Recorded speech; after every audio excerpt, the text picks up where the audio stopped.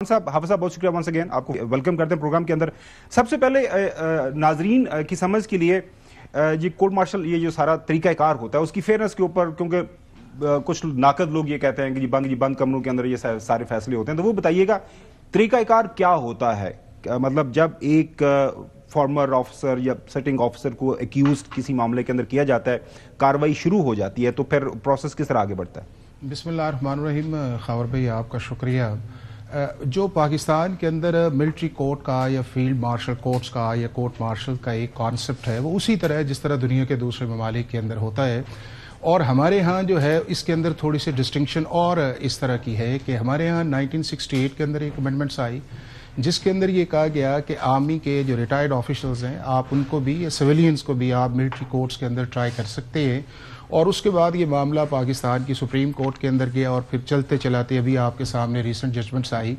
कि सिविलियंस और retired officials जो हैं आप उनका मिलिट्री ट्रायल्स या आप उसे कोर्ट मार्शल्स कहें आप कर सकते हैं। और 1972 से लेके आज तक तकरीबन 600 से ज़्यादा ऐसे लोग हैं कि जिसके अंदर सिविलियंस हैं या आपके मिलिट्री ऑफिशियल्स हैं जिनका कोर्ट मार्शल किया गया। अब कोर्ट मार्शल करने का जो है, अगर आप इस केस के अगर आप सामने एग्जाम्पल्स कर लें तो सबसे पहले होता यह है कि आपके खिलाफ, और ये एक यूनिक इसलिए केस है कि पाकिस्तान के अंदर पहली दफ़ा आपने एक फॉर्मर DGISI को जो है उसका कोर्ट मार्शल किया है और उसको दो जगह जाके किया है। एक वो किया है कि उसकी जो सर्विस थी एज ए मिलिट्री ऑफिशियल के तौर पे जो उन्होंने काम किए, जहाँ पे मिस यूज़ ऑफ अथॉरिटी आई या miss use of government resources आए, या उसके बाद ये है कि आपने जो है वो एक रॉन्गफुल लॉस जो है वो एक को किया, और दूसरा जो है वो आपकी तरफ आया जो ऑफिशियल सीक्रेट एक्ट के वायलेशंस आपने की, या उसके बाद जो है कि आर्मी एक्ट के अंदर जो अमेंडमेंट्स भी आई हैं, या है कि जी आप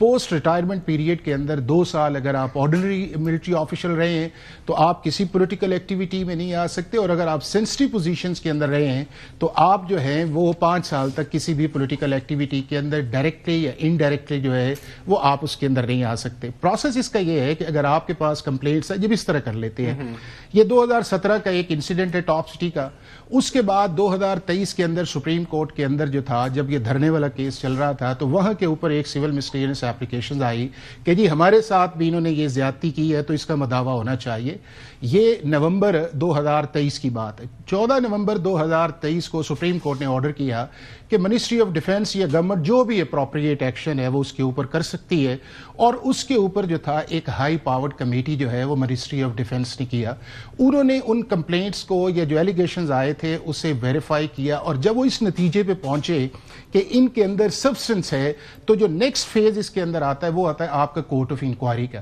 कोर्ट ऑफ इंक्वायरी के अंदर जो है आप सारी एविडेंस जो है वो दोबारा कलेक्ट कर रहे होते हैं, उसके अंदर आपने सारे सबूत लेके आने होते हैं, और जब आप उस नतीजे पे पहुंचते हैं कि इन एविडेंस के अंदर इतना सब्सटेंस या जान है, तो तीसरी स्टेज जो है वो आपकी स्टार्ट हो जाती है, उसे कहते हैं समरी ऑफ एविडेंस। जो है समरी ऑफ एविडेंस के अंदर जो है उसी वक्त, और ये एक प्री ट्रायल स्टेज होती है, उसके अंदर ये है कि आप एक्यूज को बुलाते हैं, उसके सामने सारी एविडेंस रखते हैं, उस एविडेंस को कन्फ्रंट करवाते हैं, और कन्फ्रंटेशंस के बाद जो है अगर आप इस नतीजे पे पहुंचते हैं कि अब इनके अंदर इतनी जान है कि हम इसको अपने ट्रायल के अंदर लेके जाएं, तो फिर आप उसको कस्टडी के अंदर ले लेते। अब इस केस के अंदर अक्टूबर के अंदर जो था, उस नवंबर में सुप्रीम कोर्ट का ऑर्डर आया, उसके बाद मिनिस्ट्री ऑफ डिफेंस ने कहा आपका कोर्ट ऑफ इंक्वायरी जो है वो 12 अप्रैल 2023 को बना, और उसके बाद जो समरी ऑफ एविडेंस की बुनियाद के ऊपर 12 अगस्त 2024 जो है उसके अंदर आपने फॉर्मर DGISI को अरेस्ट किया, और उसके बाद आपने रिकमेंड कर दिया फील्ड जनरल कोर्ट मार्शल्स के लिए,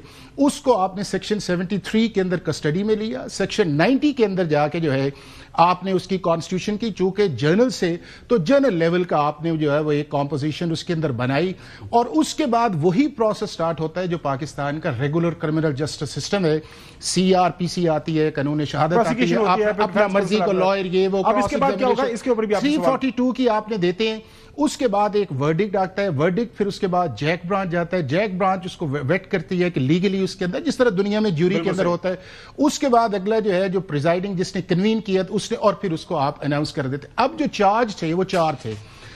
इस केस के बाद मैं आपके दोबारा आता हूं। अच्छा गुलाम साहब देखें, काफी इसके ऊपर शुको शबात थे जब ये ट्रायल अनाउंस हुआ। فوج پاکستان نے اناؤنس کیا کہ ہم اپنے former D G I S کو چارج شیٹ کرنے جا رہے ہیں، اور یہ الزامات ہیں 4 الزامات جو کہ ثابت ہو گئے ہیں، وہ جو ہے کہ سیاسی سرگرمی میں ملوث ہونا، آفیشل سیکریٹ کی خلاف ورزی جو ریاست کی سلامتی اور مفادات کے لیے نقصان دہ ہے، اختیارات اور سرکاری وسائل کا غلط استعمال، اور بعض افراد کو بلا جواز نقصان پہنچانے کے الزامات شامل ہیں۔ جوئی صاحب، یہ ایک بڑی روشن تابندہ مثال سیٹ کر دی گئی ہے field marshal army chief Syed Asim Munir صاحب کی طرف سے۔ اس کے بعد میرے خیال میں ود ان آرم فورسز اب فیوچر کے اندر جو بھی لوگ اس عہدے کے اوپر آئیں گے ان کے سامنے یہ ایک مثال موجود ہوگی کہ کسی بھی موقع کے اوپر ان کی پکڑ ہو سکتی ہے۔ تو میرے خیال میں credit must be given and all credit goes to the current military leadership, جنہوں نے یہ انتہائی جو ہے ایک چیلنجنگ کیس جب ان کے سامنے آیا تو اس کے اوپر وہ پورا اترے ہیں۔ چوئی صاحب نہیں، بالکل ٹھیک ہے، وہی جو آپ نے میرا پہلے کوٹ کیا ہے، جنہ کھادیاں گاجرا ٹھڈ انہوں نے پیڑ۔ تو بات یہ ہے کہ اگر ایک کمپیٹنٹ اتھارٹی نے ڈیو پروسیس آف لا سے کوئی کسی نتیجہ نکالا ہے، اور ابھی یہ مجھے بتائیں حافظ صاحب کہ ابھی انہوں نے اسلام آباد ہائی کورٹ جائے گا کیس، یا لاہور ہائی کورٹ، یا